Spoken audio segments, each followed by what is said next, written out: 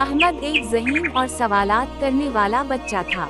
वो हर चीज़ की हकीकत जानना चाहता था।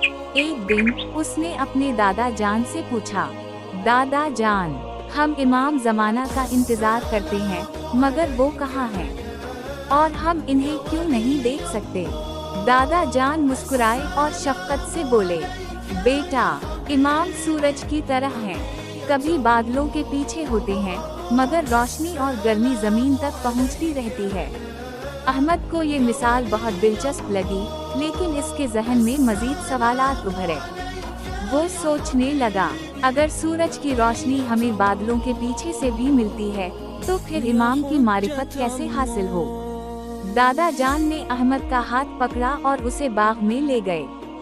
वहाँ एक हरा भरा दरख्त खड़ा था।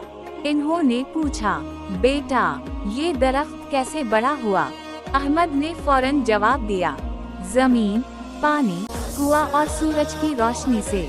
दादा जान ने शफ़क़त से इसके सर पर हाथ रखा और कहा, बिल्कुल, जिस तरह एक दरख्त जमीन के बगैर नहीं उग सकता, उसी तरह हम इमाम की मारिफत के बगैर सही रास्ता नहीं पा सकते।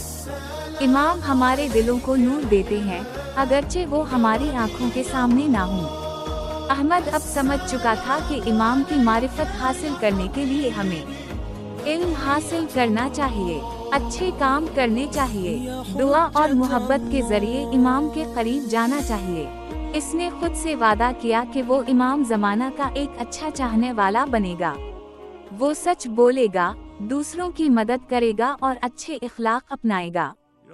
أما وجه الانتفاع بي في غيبتي فكالانتفاع بالشمس إذا غيبها عن الأبصار السحاب. امام زمان نے فرمایا، میری غیبت میں مجھ سے فائدہ اٹھانے کی مثال ایسے ہی ہے جیسے بادل سورج کو نظروں سے چھپا دے مگر اس کی روشنی اور حرارت سے فائدہ حاصل ہوتا رہے۔